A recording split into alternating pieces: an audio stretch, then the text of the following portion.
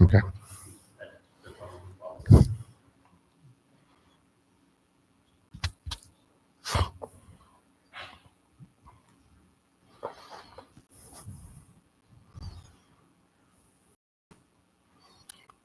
Good afternoon, good evening, whatever word we want to use right there.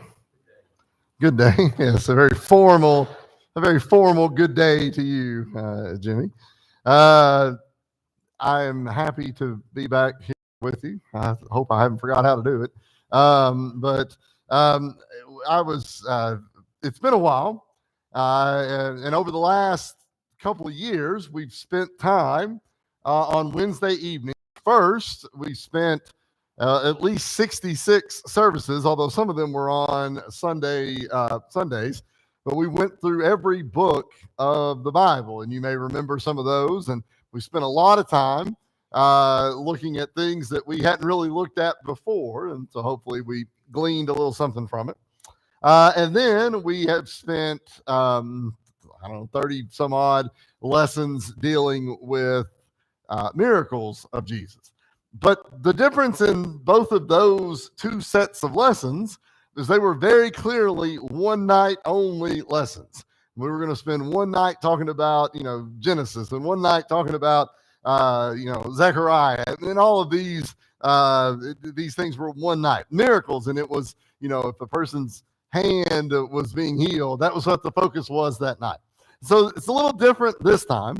And if you've ever thought about, like, if you jumped into a pool and had no idea how deep it was, you're just going to have to try and swim your way out of it. Well, tonight, I was making this actually for last week, and I've got it prepared, and there's probably like 30 slides of different things on here. And I was like, well, there's no way we're going to do that much. But I really don't know what the flow of this is going to be like. So we will not get finished with what we are going to be doing probably tonight. But it will always go better the more you talk, the more you ask, the more you discuss. But our topic for this series of lessons is the final week of Jesus. Okay, and so the final week of Jesus, and it's broken down, I guess we would say, into 13 parts. But even those parts are broken down into more parts as well. And so our first one here, as you can see, is Jesus' triumphal entry into Jerusalem. But you'll see below plot, preparation, procession, prophecy, and passage. So alliteration there for you there. If it all starts with the same letter. So my English teacher friends they'd be proud of me for dropping that in there for them. But anyway, we're going to be talking about the last week of Jesus's life. Okay. And when we talk about this, I know that you've all seen the movie before. You know how it ends. So whenever we're talking about this, if I can ask a favor of you, try to suspend what you already know about how it ends. Okay? Because, like, if you were to go with somebody to the movies and they're seeing it for the first time, and you've already seen this movie multiple times, and the whole time you're like, this is where they kiss. This is where he gets killed. Right? They wouldn't want to hear that. So let's try to stay sort of in with this as well. But I'm aware of the fact that we know kind of what the story is right here. So we're going to be tonight, and really all of this, we're going to be pulling from Matthew, from Mark, from Luke, and from John in various points. And we'll be, if you're looking, for the most part, we're going to be near the end of the books. Okay? So I'm going to ask a dumb question. Why will most of our work come from the end of these books? All right, that's kind of where it ends, right? So if you're like, I'm in Matthew chapter 2 and I can't find anything, you're probably in the wrong spot, all right? But we'll be in Matthew, Mark, Luke, and John in various times. We'll be jumping around from different places. But Matthew 21, Mark 11, Luke 19, and John 12 is where we'll be looking at. And so we're going to have, just as we've sort of always done, I have some information for you. We'll also have a lot of things that we're going to read. We'll have some questions. And as always, like I've said, make sure the more that you contribute and ask and all of that will help it go pretty well for us as well. Now, before we get into any of this, though, I want you to sort of, if possible, put yourself into Jesus's position as we are going into this final week of Jesus's life. We've talked a lot about Jesus, and we talked about this, especially in the miracle lessons, because we started with the first one and we built upon it. And the first miracle that Jesus does is at the wedding of Cana. There's really nobody's there for him at all. They're just there because it's a wedding. But by the time we get to the end of the miracles, what does the crowd start to look like? You got a lot of people. So Jesus has gone sort of no name, unknown, random guy from out in the rural areas to maybe still that, but also much wider, much more known. But Jesus throughout all of this has known that it's going to end eventually. His time is going to end eventually because he has to die as part of the fulfillment of the law. But the people that are with him don't always seem to know that, right? Why do the people that are with Jesus not always seem to know or grasp how the story is going to end? Okay. It's sort of unfathomable. It's just not what they expect. Mm-hmm. I think it's what they're saying. Sure. They're looking for David on the wild. Sure. Sure.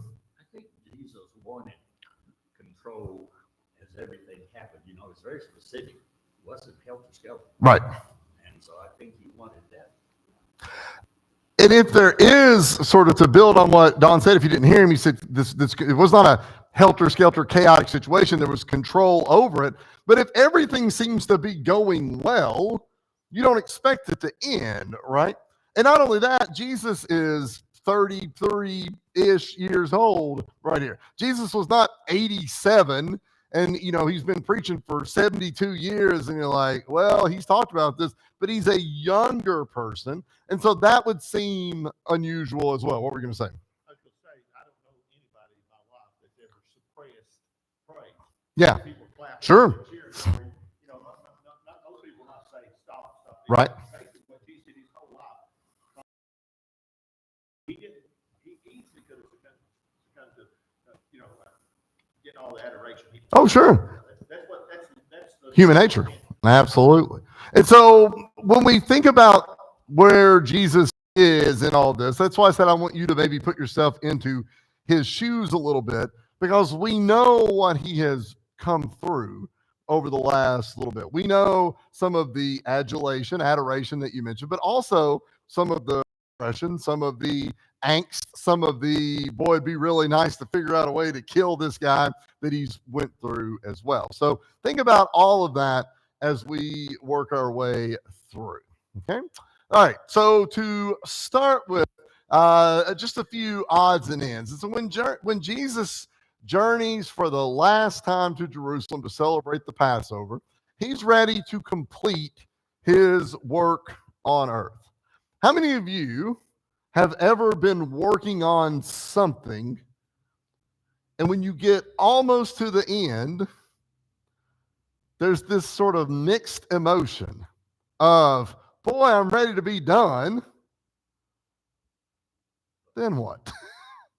Okay. I, as many of you know, really like to read. Love to read. Hate to finish a book.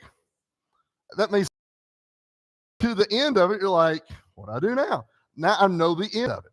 Well, Jesus is approaching the end right here, but he is ready to complete his work.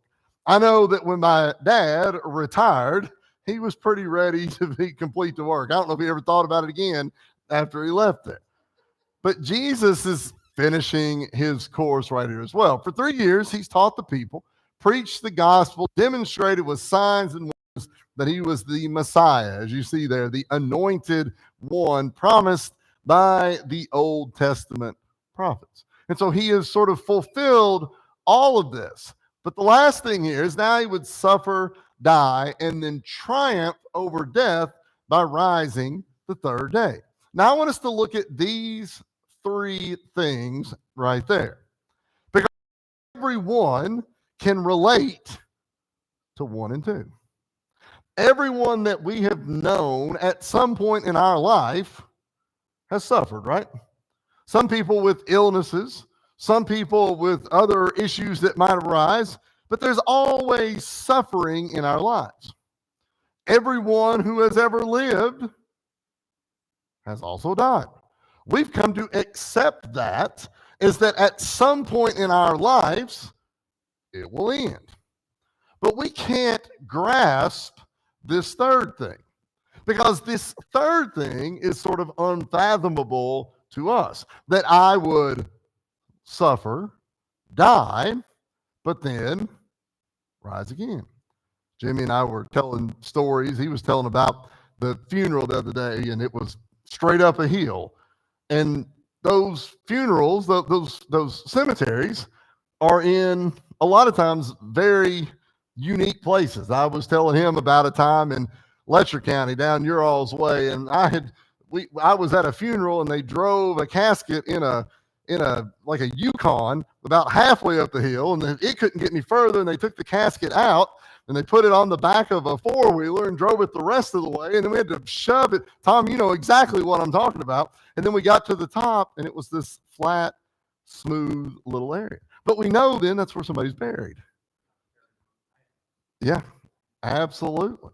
And especially in Eastern Kentucky, that's sort of par for the course, as it were. But we know then that people are buried, and then our teaching, our thought, our belief, our faith is that when the world ends, where will we go? To heaven. But we have no concept of, after I'm going to be buried in that ground for 2 or 3 days, then I'm going to get back up and I'm going to show up. Hey, how's it going? That is incomprehensible to us. But Jesus is about to experience this. And when I said put yourself into that spot, it's hard for us to think about. Jesus had previously resisted attempts to be made king. Dad, you were talking about that just a little bit ago. I've got some verses there. We're not going to read necessarily all of them. But he had cautioned his disciples to tell no man that he was the Christ, that he was that vision of the transfiguration.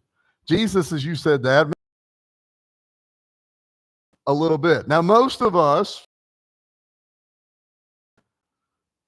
I think about that transfiguration, and I feel like the first thing out of came down is like, y'all ain't going to believe what I just experienced, right? But that's not really the way Jesus handles it. But the time has come for him to manifest himself as the Messiah or the King.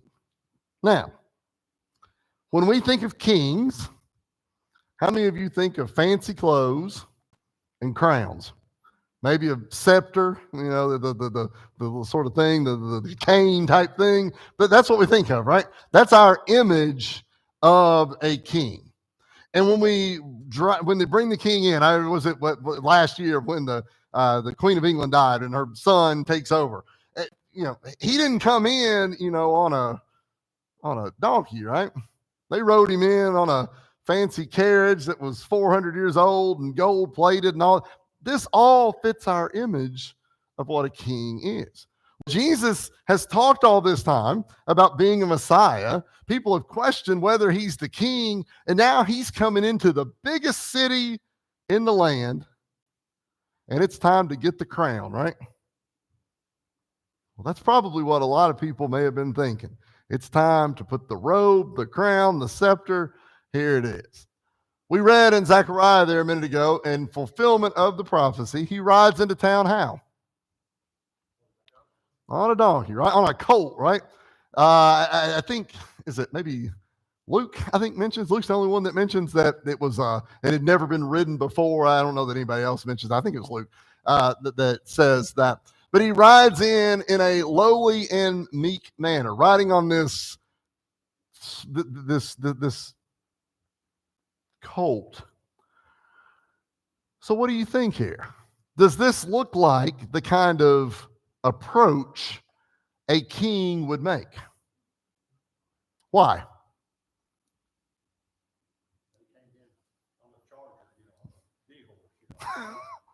On a big horse. This horse is not big enough. We need something bigger. Okay. What else might you have thought the king's going to come in on at this time? Yes. Dun, dun, dun, dun, dun. Absolutely. Whole lot of people dressing all royally, right? Everybody looking sort of fancy along the way. But that's okay.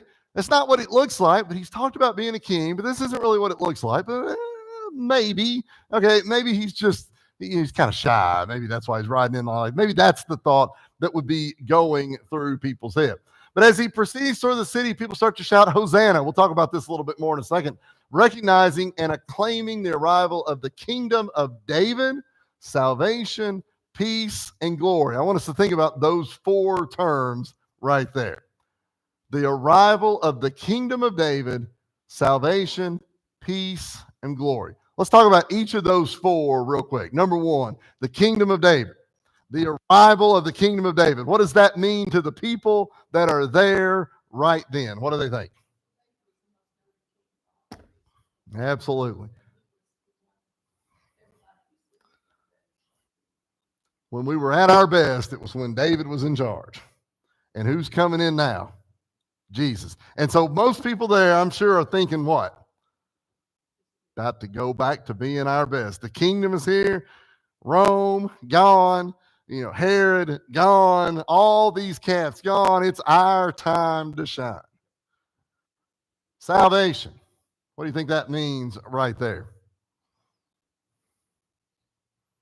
Don't have nothing to do with heaven in the eyes of most people.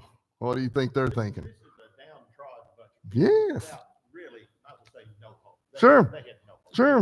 At the whims of the Roman government or even the Jewish leaders. Yeah. They could do what the women don't do. And so salvation, they just want to get rid of some of these hierarchy and get somebody back in here. Let's us be worship what we want to. Absolutely. Third, peace. They're tired of being kicked around. Tired of being kicked around. So now that we got the good king, now that we got the guy that's going to rule the place, I don't got to worry about anybody else. I can go do what I want to do. Don't have to worry about it. What about glory?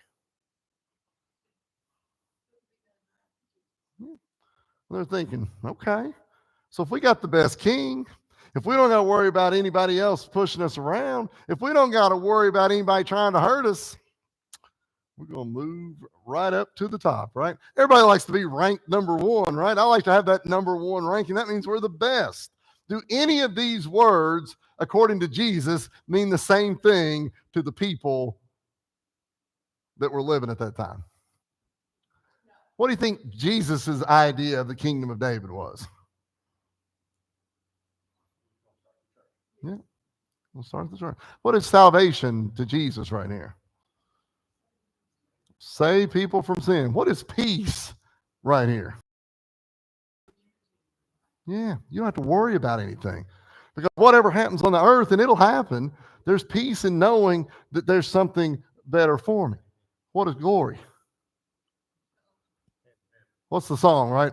I've got a mansion just over the hilltop, right? That's not here. It's over there, okay? So it's not an earthly kingdom, which is what everybody had experienced and expected, but instead it's something over here. It's delayed. Now we struggle with that because we don't like anything delayed. Why do we go to Google? Y'all remember when we used to look things up in encyclopedias? That was the dumbest thing ever, right? Had to find what letter it started with and then remember the alphabet. I got to read all of this. Just type it in and give me the pink letters highlighted. That's where it is right there. I don't even care if it's true or not, as long as I can read it. We want it right then, right? We go to the doctor and they say, we'll get your results to you in 2 weeks. What else you doing? I am the only person sick. Nobody else is. All right? We order something online. Says it'll be here by 8. I'm going to be home by 5, and it'd be nice if it was laying right there when I got there. You know how the mail people are, though. They don't want to deliver nothing. All right? But we all want this. But that's not what the kingdom is, right? But it's hard for us to grasp that.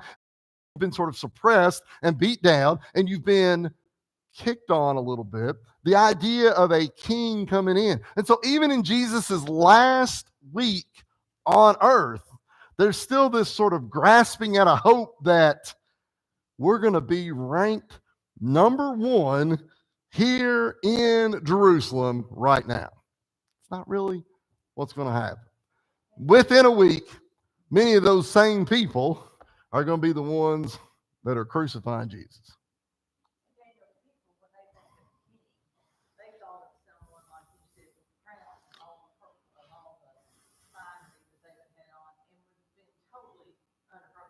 Yeah. But now we have a man that comes in on a donkey and people can get right next to him and talk to him. Sure. That was just not anything that So, again, we'll get into our scriptures here in a little. Hopefully we will. We may not. We got a lot of intro here going on. But this journey to Jerusalem.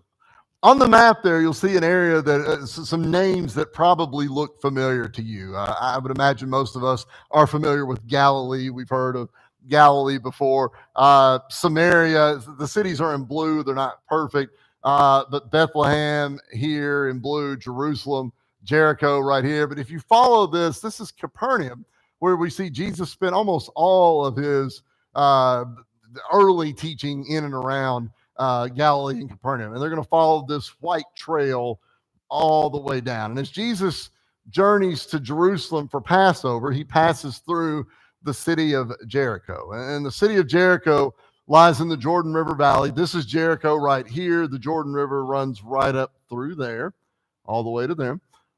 I guess it runs the other way. But anyway, it lies in the Jordan River Valley. It's about 1,200 or 1,300 feet below sea level, just north of the Dead Sea. And we talked about this in one of these. Jericho, Jesus healed 2 blind men, and he visited with Zacchaeus. Remember the song, he's a wee little man, and we climbed up in a sycamore tree. And so Jesus, even on his way to Jerusalem, is doing what in the build-up to this final week?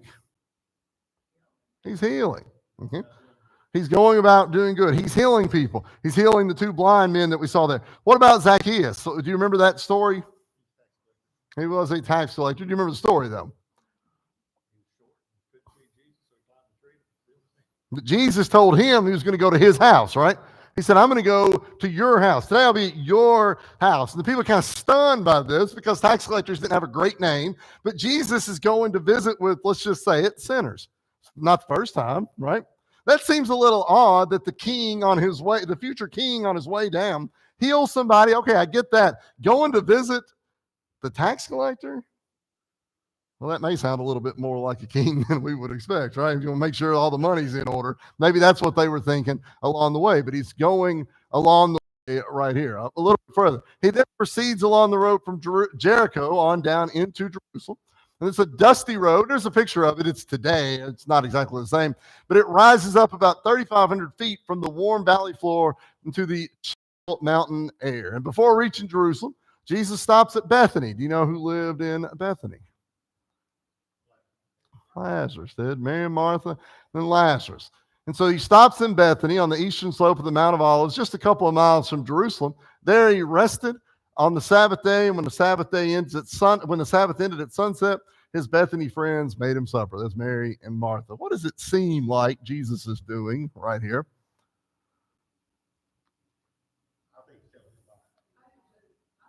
I think so too. It seems like that you're, the term that you use, getting your affairs in order or whatever it might be, but it seems like he's maybe telling these friends goodbye along the way. But he's stopping to see people here as he goes. So I want us to go to John chapter 11, and we've got a little bit of the stuff that we're going to read here. We'll answer a few questions, and then we'll see where we stand after that. But I said at the beginning that our title here was Plot, Preparation, Procession, Prophecy, and Passage. So let's talk about the word plot while you're getting to John chapter 11. What does the word plot, P-L-O-T, mean? It's a homonym, I guess. It can mean a lot of different things. But what does the word plot mean? Make a plan, okay? So sometimes we use the word plotting. They're plotting to do this, or what's the word plot mean? I guess it could mean other things too. Bit of land, right? And I guess it's the bulk of a story in a book or whatever. That's the plot and plot devices and all of that. But we're talking about a plot ultimately here, what Don said there a minute ago, this plan. So let's look at John 11, verses 55 through 57 here to start with. Yes. We know after we get there, we'll get this later, that he begged God to let his back come. And I think on this journey to Jerusalem, he is seeing these friends and still doing what he's always done. And he's takes some nerve to do. Sure. I think he's probably wondering, just will God stop this? Right. Will he intervene? Right. Will I have to go through this? I think he's still. And that's a human part. That's a human. Because he Yes. was acting. Well, and we saw quite often during the miracle lessons that Jesus would quote from the Old Testament. And I'm sure the Abraham Isaac story is probably running through your head at this point as well. Like the comparable story in the Old Testament, maybe this is what would happen. Maria, do you care to read verses 55 through 57 here?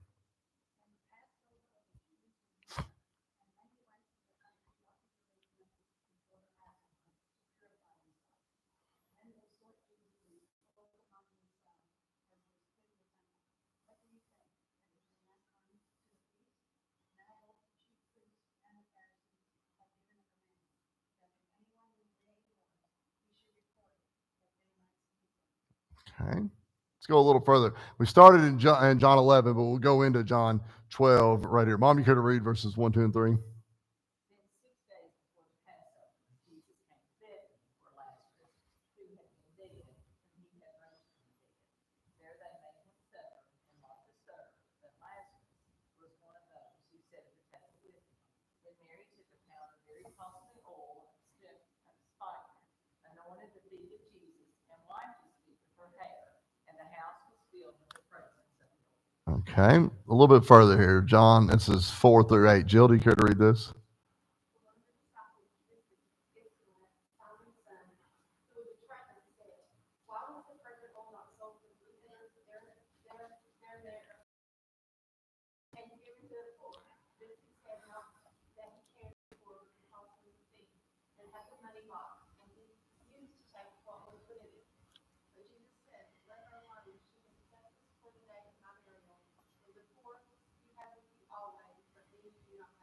We'll refer back to all of these in a second, but Jimmy, give us the last 3 verses, 9 through 11, sir. Yeah, great many of you knew that he was there, and they came up to Jesus back home. But the day of his life, when he had raised from the dead, the chief priest plotted to put Lazarus to death also, on account of him leaving his Jews went away and believed in Jesus. All right, so it's a kind of an in-depth reading, and we're going to look at a few things to go along with it. But let's start with our first question right here. What commandment, if you go back into John chapter 11, so you'll need your Bible because I'm skipping around here quite a bit. But if you go back to the end of John 11, what commandment had the chief priest and the Pharisees given? Okay, so if anybody knew where Jesus was, then what? Tell them, so what? So they could take him. It's interesting, I think in verse 55, it was, and I guess it's at the beginning of 56, they say, what do you think, that he will not come to the feast? There's this sort of, you can almost sense this debate. Do you think he'll come? Do you think he won't come? Should we be prepared? Do you think that's kind of a risk if he comes? And so there's this debate that's happening. And they say, look, if he comes, we need to be notified so we can do what? So we can seize him. We're going to arrest him. Now, again, this is at the end of Jesus's life. And we've seen numerous times that the Pharisees kind of wanted to arrest Jesus, right? They wanted to, but what were some things that kept the chief priests and the Pharisees from being able to arrest him? The people. There's too many people. And then not only that, the too many people. It wasn't really the time. you kind of got to trump something up to get to figure out what you're going to, these are, these are like Al Capone with tax evasion. He's done a lot of stuff, but what are we actually going to charge him on right here? And so this plan, they've come to this plan and say, okay, if he shows up, we're going to seize him. We're going to capture him. That is the plot right here. Now, as Jesus journeys into Jerusalem for the last time, he arrives at Bethany. A feast was held after his arrival. I already asked this question. I apologize for asking again. But who's there with him? Mary, Martha, Lazarus. Okay? These are friends of Jesus. This is after we've seen them before. What had Jesus done for Lazarus? Yeah.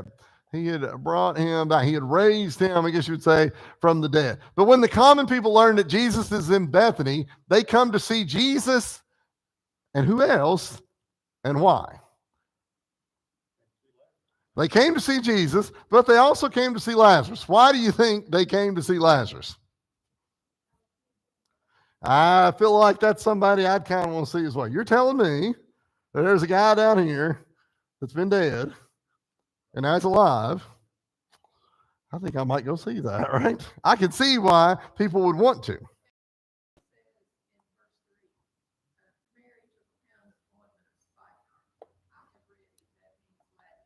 Okay.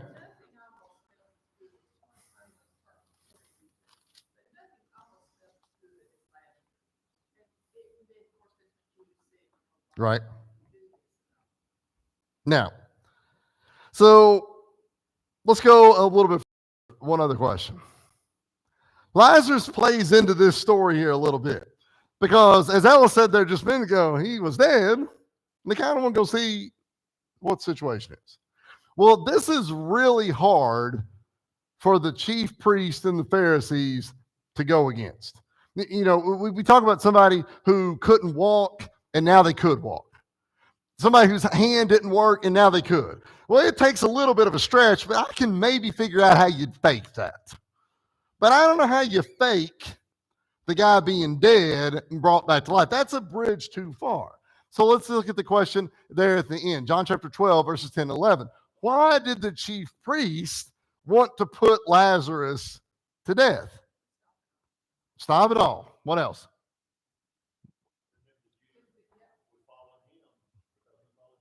Okay. So, okay. What else? It's not exactly what I thought, but yeah, you discredit Jesus by killing, by Lazarus. Whatever happened with him, and you said whatever's happened, but these people believe that he was dead. Whatever it was, they're saying, let's go kill him for real. And then everybody's like, where's Lazarus? Well, he's dead. Oh, Jesus raised him? No, he didn't. He's dead right here. So it's kind of a way to discredit Jesus. They've looked for ways all along to be able to discredit. And so the idea is we'll seize Jesus because now he's lying. He's stirring. And I have raised Lazarus from the dead. And we're saying, no, he's not. He's over here dead. That's the plot. What do you give them as a grade on this plot? Do you feel like it's a good plan? I mean, it's about as good as anything else they've come up with, right? Sometimes when you watch those movies and the bad guys, you're like, why in the world do they do that? You ever watch a movie and you think, boy, that's a stupid thing. Why would they go into that room? Yeah, the lights are off and there's all sorts of weird sounds. Definitely go in there. That's a good plan. Well, this is actually a pretty decent plan. We will kill Lazarus and Jesus will be discredited. And when he rides into town, what are the people going to do? Boo. You're not what you said you were. So now you've got the people turned against him. And once the people are turned against him, he has no power. He has no future power as this future king. So then we'll arrest him. We'll take him out. We'll crucify him. Or just like any other criminal, we don't have to worry anything about it. That's the plot of this story. That's the plan for what they are going to do. Questions? I think it's hard for us to realize how they didn't know what Jesus looked like. Because today, I don't know that it's probably anywhere you go that you're not on somebody's campus video. It's easy. If you rob the bank, you're going to be photographed by dozens of cameras probably. Well, back in those days, they had no clue what he looked like. They knew he was young. They knew he was a 33-year-old man. Yeah. That's pretty Okay. Let his hair grow, he got a beard, he got 1,000 different things. Sure. And they just wouldn't know. So they have to be kind of secretive about this, and hopefully we got to get the right guy.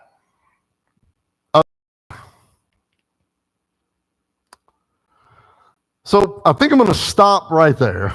We're a little bit early, but I'm afraid I don't want to get in too deep into what we're going to think about next.